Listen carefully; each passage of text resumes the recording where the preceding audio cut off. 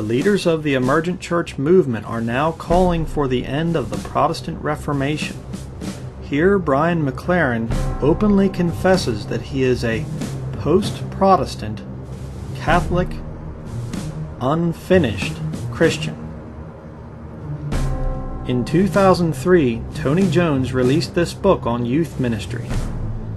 He openly recommends many Roman Catholic practices, the most shocking of all being an entire chapter on Ignatius Loyola and the Jesuits. On page 233, he recommends the occult New Age practice of walking a labyrinth. He then goes on to boldly recommend the spiritual exercises of Ignatius Loyola. These mind control techniques have been used by Jesuits for hundreds of years. On page 103, Tony Jones suggests forming a 30-day Ignatian summer camp. It is also interesting to note that both McLaren and Jones have their books published by Zondervan, which is owned by Rupert Murdoch, as we discussed earlier. Please notice the interesting symbol on this emerging church website. Does it look familiar? Clicking on this link will take you to their bookstore where you can buy a book about the Roman Catholic Mass, or perhaps a book on Catholic evangelism. Another spokesman for the emerging church is a woman named Phyllis Tickle. On pages 46 through 47 of her book, she writes, "Now, some 500 years later, even many of the most die-hard Protestants among us have grown suspicious of Scripture and Scripture only. We question what the words mean, literally, metaphorically, actually. We even question which words do and do not belong in Scripture and the purity of the editorial line of descent of those that do. We begin to refer to Luther's principle of sola scriptura, scriptura sola, as having been little more than the creation of a paper pope in place of a flesh and blood one. And even as we speak, the authority that has been in place for 500 years withers away in our hands. Where now is the authority circles overhead like a dark angel goading us toward this establishment? Where indeed?" On page 58, she discusses the Counter-Reformation and claims that the 5 Councils of Trent were godly assemblies of churchmen trying to purify both doctrine and practice. On pages 150 through 151, she writes, "The new Christianity of the Great Emergence must discover some authority base or delivery system and or governing agency of its own.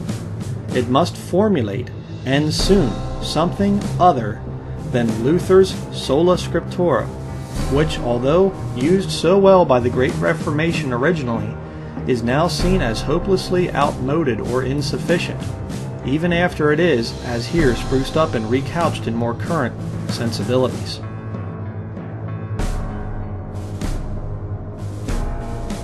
Now that the King James Bible has been removed from the hands of the majority of professing Christians, Satan's false prophets are able to deceive them into thinking that the Roman Catholic Church is no longer the enemy of Bible-believing Christianity.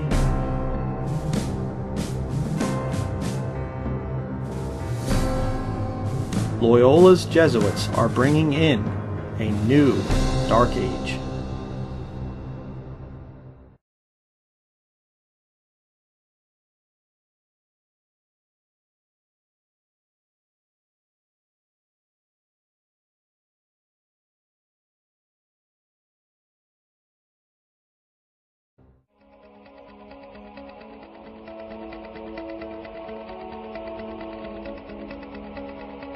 For 500 years, the basis of authority has been sola scriptura, scriptura sola, and it's not anymore.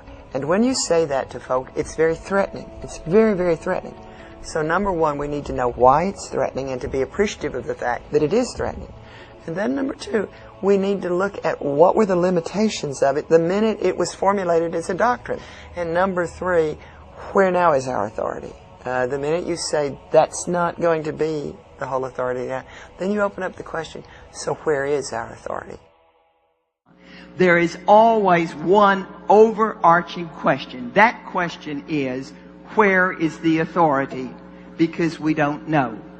We have lost our authority. You and I now live in a globalized society. Who's got the authority? One of the things that's happening in this great emergence is that the division between Roman Catholic believers and non-Roman Catholic believers is dwindling away as they enter into the emergence.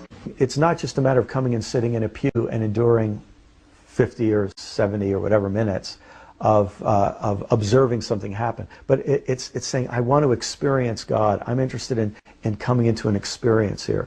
Worship is participatory and multisensory. People are encouraged to tangibly express their spirituality. Many are weaving together elements from different religious traditions, especially Catholicism and Eastern Orthodoxy. Some are discovering medieval mystical practices, such as walking the labyrinth, but adding decidedly modern twists. It's a pick-your-own-mix approach that also stresses community and social justice. More and more of us are feeling that if we have a version of the Christian faith that does not make us the kind of people that make this a better world, we really want no part of it. There are similar practices in mainline Protestant churches, such as Cornerstone United Methodist Church in Naples, Florida. There, a blue jeans-wearing, electric guitar-playing minister leads a lively service that combines United Methodist tradition with high church liturgy and a Pentecostal flavor. I joke around in saying that I'm more of a Catholic-Costalite than I am a United Methodist, and I think that's because each of those traditions has added so much to my faith experience in my group.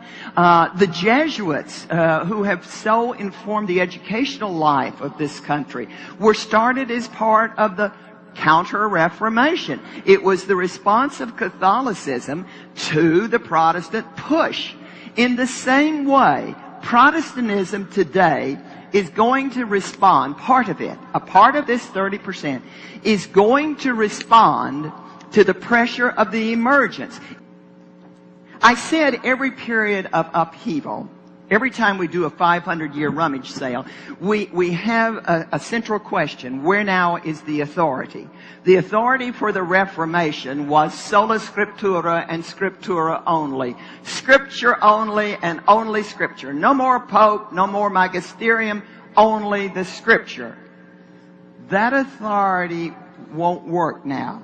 Not that Scripture isn't the authority, but that the absolutism with which Protestant established it as the authority has now shattered and gone. You'd save a lot more souls if you could get rid of doctrine, and that's the truth, you know. Reel them in and then tell them the price of eating. Your kingdom is in your hands and in your shaping. Go forth and bring forth a new form of Christianity that will serve a new culture. And may God bless you.